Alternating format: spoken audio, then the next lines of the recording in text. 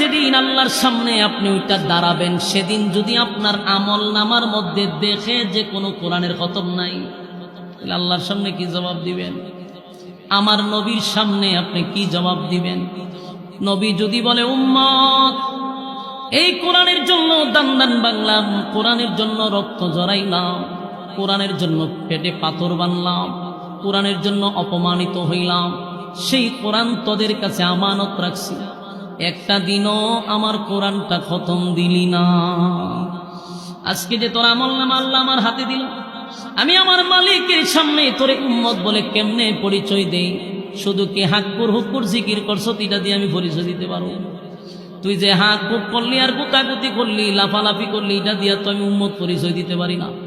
উম্মত পরিচয় দিতে গেলে আমি নবীর সুন্নত তোর আমল নামায় থাকতে হবে, আমি নবীর তরিকা তোর আমল নামায় থাকতে হবে, আল্লাহর হুকুম তোর আমল নামায় থাকতে হবে, আমার মালিকের কোরআন তেলাওয়াত তোর আমল নামায় থাকতে হবে। গজল আর জিকির দিয়া, গান দিয়া আমার উম্মত হওয়া যায় না।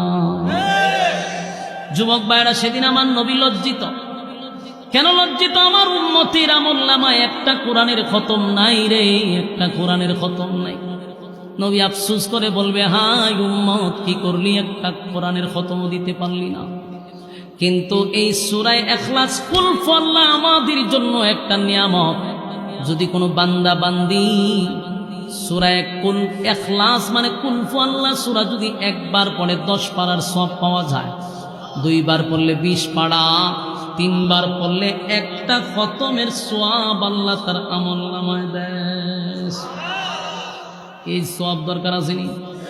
আমার সঙ্গে পড়ুন, কুল হুয়াল্লাহু আহাদ আল্লাহুস সামাদ লাম ইয়ালিদ ওয়া লাম ইউলাদ ওয়া লাম ইয়াকুল লাহু কুফুয়ান আহাদ।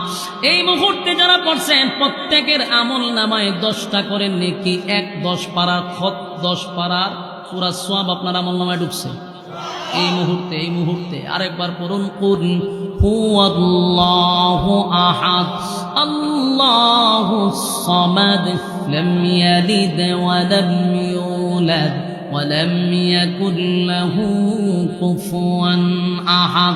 এই মুহূর্তে যারা পড়ছেন 20 পারার সওয়াব আমলনামায় ঢুকছে। আরেকবার পড়ুন, কুল হুয়াল্লাহু আহাদ আল্লাহুস সামাদ লাম ইয়ালিদ ওয়া লাম ইউলাদ ওয়া লাম ইয়াকুল লাহু কুফুয়ান আহাদ।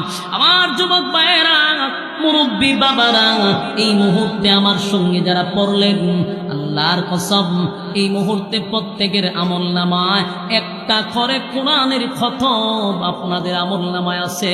এই মাহফিল তো আমি মনে করি সাকসেস এই কারণে, কারণ প্রতিটা মুসল্লিদের আমলনামায় একটা করে কোরআনের খতম আছে। তাহলে এখানে যতক্ষণ আছে সব মানুষের আমলনামায় একটা খতম কোরআন আছে। সুবহানাল্লাহ! এতগুলো কোরআনের খতম। আমরা দোয়া করি সবগুলা কোরআনের খতমের সব নবীর রওজা আল্লাহ পৌঁছায়া দাও, এমন এই এলাকার প্রত্যেকটা মুর্দা গানের কবরে সব পৌঁছায়া দাও।